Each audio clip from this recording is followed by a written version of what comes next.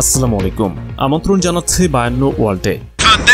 মধ্যপ্রাচ্যে দীর্ঘ শঙ্কিত বৃহত্তর যুদ্ধ এখন অনেকটাই বাস্তবের পথে। গত বছরের 7 অক্টোবর ইসরায়েলে হামাসের নজিরবিহীন হামলার পর থেকে একের পর এক প্রতিবেশী ভূখণ্ডে হামলা চালিয়ে উত্তেজনা বাড়িয়েছে ইহুদিবাদী দেশটি। হামাসের পর হিজবুল্লাহ, ইয়েমেনের হুথি এবং শেষ পর্যন্ত ইরানের সঙ্গে ভয়াবহ সংঘাতে জড়িয়ে পড়েছে তেল আবিব। যুক্তরাষ্ট্রের প্রভাবশালী নিউ ইয়র্ক টাইমস বলেছে, 1967 সালে আরব ইসরায়েল যুদ্ধের পর থেকে সংঘাতময় এই অঞ্চলটি বর্তমানে সবচেয়ে বিপজ্জনক মুহূর্তে উপনীত হয়েছে। এখন প্রধান প্রশ্ন, সংঘাত কতটা বাড়তে পারে এবং যুক্তরাষ্ট্র এই সংঘাতে আরও সরাসরি জড়িত হবে কিনা? জড়িত হলে তাদের চিরশত্রু রাশিয়া, চীনও কি এই যুদ্ধে অংশ নেবে? সম্ভাবনা আছে আরেক মুসলিম দেশ কাতারেরও। গত কয়েকদিনের ঘটনা প্রবাহ একটি টার্নিং পয়েন্ট হতে পারে। বাইডেন প্রশাসন বলছে, ইরানে পাল্টা আঘাত করার অধিকার ইসরায়েলের রয়েছে, তবে তারা যুদ্ধবাজ ইসরায়েলি কর্তৃপক্ষকে সতর্ক করে দিয়েছে, ইরানের পারমাণবিক স্থাপনায় সরাসরি হামলা করলে তাতে সংঘাত নিয়ন্ত্রণের বাইরে চলে যেতে পারে। তবে ইসরায়েলের সেনাবাহিনী শনিবার ঘোষণা করেছে যে তারা ইরানের বিরুদ্ধে পাল্টা আক্রমণের পরিকল্পনা করছে। যেহেতু ইরান ইসরায়েলে ক্ষেপণাস্ত্র হামলা চালিয়েছে, সেহেতু এর গুরুতর জবাবই দেবে ইসরায়েল।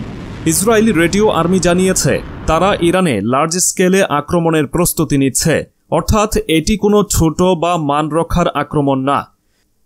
অপরদিকে ইরানের নতুন করে যে কোনো ধরনের আগ্রাসন চালানোর চেষ্টা করলে ইহুদিবাদী ইসরায়েলের সকল জ্বালানি স্থাপনা একসঙ্গে ধ্বংস করে ফেলা হবে বলে হুঁশিয়ারি দিয়েছে ইরানের ইসলামী বিপ্লবী গার্ড বাহিনী বা আইআরজিসি।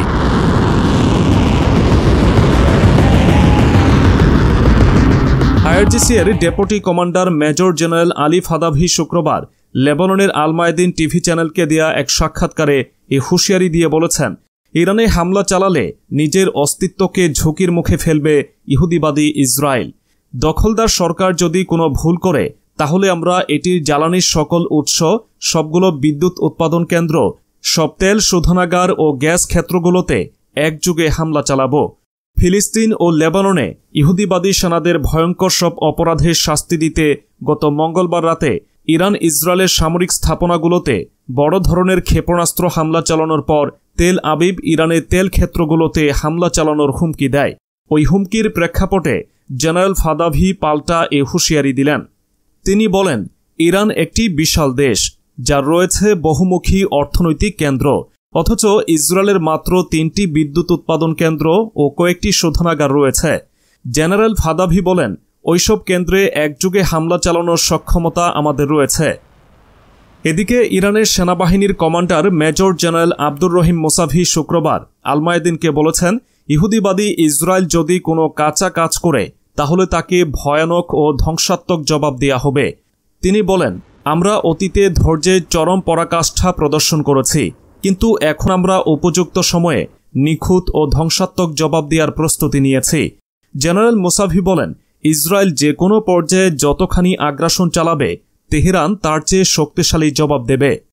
বিশ্লেষকরা বলছেন, ক্রমবর্ধমান উত্তেজনার ফলে শঙ্কা জাগছে যে গাজায় ইসরায়েলের যুদ্ধ শেষ পর্যন্ত এই অঞ্চল জুড়ে সর্বাত্মক যুদ্ধের দিকে নিয়ে যেতে পারে। তবে এই যুদ্ধ ছড়িয়ে পড়লে যুক্তরাষ্ট্র ইসরায়েলের হয়ে অংশগ্রহণ করবে, এটা প্রায় নিশ্চিত। সেক্ষেত্রে বসে থাকবে না তাদের চিরশত্রু রাশিয়াও। রুশ প্রেসিডেন্ট ভ্লাদিমির পুতিন যে মুসলিমদের পরম বন্ধু, সেটি তিনি বারবার প্রমাণ করেছেন। ইসরায়েলের বর্বরতার বিরুদ্ধে সবসময়ই উচ্চকণ্ঠ ছিলেন রুশ নেতা। ইরানের সাথে সবসময়ই গভীর বন্ধুত্ব বজায় রেখে চলেছেন পুতিন। দুদেশের মধ্যে বন্ধুত্ব অব্যাহত রাখতে গোপনে ক্ষেপণাস্ত্র, ড্রোন আদান প্রদানও চলে। ইসরায়েলে হামলার মাত্র একদিন আগেই তেহরানে গিয়েছেন রুশ প্রধানমন্ত্রী মিখাইল মিশুৎসিন। বৈঠক করেন ইরানের প্রেসিডেন্ট মাসুদ পেজেশকিয়ানের সাথেও। সেই বৈঠকের কথা জানার পর বহু বিশ্লেষকের ধারণা, ইসরায়েলে ইরানের হামলার পেছনে পরোক্ষ সায় ছিল রুশ প্রেসিডেন্ট ভ্লাদিমির পুতিনের। সেই ঘটনা ছিল পরোক্ষ। এবার সরাসরি ইরানের সাহস এবং ইসরায়েলের আগ্রাসন নিয়ে উচ্চকণ্ঠ পুতিনের প্রশাসন। মধ্যপ্রাচ্য সংকটের নেপথ্যে যুক্তরাষ্ট্র যে কলকাঠি নাড়ছে, সেই ব্যাপারে সরাসরি ক্ষোভ ঝেড়েছেন রাশিয়ার পররাষ্ট্র মন্ত্রণালয়ের মুখপাত্র মারিয়া জাখারোভা। তিনি বলেছেন, পূর্ব এশিয়ায় মার্কিন প্রেসিডেন্ট জো বাইডেনের নীতিতে এই অঞ্চলে অশান্তি আরও বৃদ্ধি করেছে। মধ্যপ্রাচ্য সংকটে পুরোপুরি অকৃতকার্য বাইডেন প্রশাসন। টেলিগ্রামে দেওয়া পোস্টে তিনি বলেছেন, এই সংঘাত একটি রক্তাক্ত নাটক যা শুধু দ্রুতগতিতে এগোচ্ছে। বাইডেনের ব্যর্থতায় মধ্যপ্রাচ্যে যুদ্ধের আশঙ্কা বাড়ছে বলেও মন্তব্য করেন মারিয়া। রাশিয়া তথা পুতিনের আরেক বন্ধু চীনের প্রেসিডেন্ট শি জিনপিংও ইরানের পরম বন্ধু। নীতিগতভাবে সবসময় ইরানের পাশে ছিল শক্তিশালী দুই দেশ দুটো। মধ্যপ্রাচ্য সংকট নিয়ে গভীর উদ্বেগ প্রকাশ করেছে চীনের পররাষ্ট্র মন্ত্রণালয়ও। তারা বলছে, আন্তর্জাতিক ও আঞ্চলিক পরিস্থিতি যাই হোক না কেন, চীন সবসময় ইরানের বিশ্বস্ত অংশীদার এবং বরাবরের মতোই ইরানকে সমর্থন করবে। পাশাপাশি লেবাননে প্রবেশ করে স্বাধীন সার্বভৌম দেশের আইন লঙ্ঘনের বিপক্ষে তেহরান। মধ্যপ্রাচ্য সংকট নিয়ে চীন ন্যায় বিচার বজায় রাখবে বলেও পরোক্ষভাবে ইসরায়েলকে হুমকি দিল বেইজিং। গেল মাসে জ্যেষ্ঠ ইরানি কর্মকর্তাদের সঙ্গে আলোচনার সময়ও তেহরানের প্রতি সমর্থন জানান শি জিনপিং। শুধু মন্তব্য করেই থেমে থাকেননি শি জিনপিংয়ের প্রশাসন। মধ্যপ্রাচ্য সংকট তথা লেবাননে ইসরায়েলের আগ্রাসন নিয়ে জাতিসংঘ নিরাপত্তা পরিষদকে জরুরি পদক্ষেপ নিতে আহ্বান জানিয়েছে জাতিসংঘে নিযুক্ত চীনের স্থায়ী দূত ফু কঙ্গ। এক সংবাদ সম্মেলনে তিনি বলেছেন, ভয়াবহ এই সংকট মোকাবেলায় সব পক্ষকে রাজনৈতিক এবং কূটনৈতিক সমাধানের পথে আসতে হবে। ইসরায়েলে ব্যালিস্টিক ক্ষেপণাস্ত্র হামলা চালিয়েই সোজা কাতার সফরে চলে যান ইরানের প্রেসিডেন্ট মাসুদ পেজেশকিয়ান। এই সফরে মধ্যপ্রাচ্যে দেশগুলোর সমর্থন নিয়ে ইসরায়েলের বিরুদ্ধে জনমত জোরদার করতে চান নতুন প্রেসিডেন্ট। বর্তমান পরিস্থিতি নিয়ে দোহায় বৈঠকও করেছেন কাতারের আমির Sheikh Tamim bin Hamad Al থানির সাথে। সেখানে পেজেশকিয়ান বলেছেন, ইসরায়েল যদি ইরানের বিরুদ্ধে একইভাবে কাজ করতে থাকে তাহলে তেলাবিবকে আরও কঠোরভাবে জবাব দেবে তেহরান। অপরদিকে ইরানের পরমাণু কেন্দ্রে হামলা চালাতে ইসরায়েলকে ফুসলিয়ে দিচ্ছে সাবেক মার্কিন প্রেসিডেন্ট ডোনাল্ড ট্রাম্প। তিনি বলেন, শুধু হামলা করলেই হবে না, আগে পরমাণু কেন্দ্রে হামলা চালাতে হবে, আর সেখানে আঘাত করতে পারলেই ইরানের শিরদাঁড়া ভেঙে দেওয়া যাবে। উত্তর ক্যারোলাইনায় নির্বাচনী জনসভায় শুক্রবার গিয়েছিলেন ট্রাম্প। সেখানে ইসরায়েল ইরানের সাম্প্রতিক সংঘাতের প্রসঙ্গ টেনে আনেন। এরপরই ইসরায়েলের উদ্দেশ্য করে বলেন, যতক্ষণ না ইসরায়েল ইরানের পরমাণু কেন্দ্রে হামলা চালাবে ততক্ষণ ইরান দমবে না। তাই ইরানকে শিক্ষা দিতে পরমাণু কেন্দ্রে এখনই হামলা চালানো উচিত ইসরায়েলের।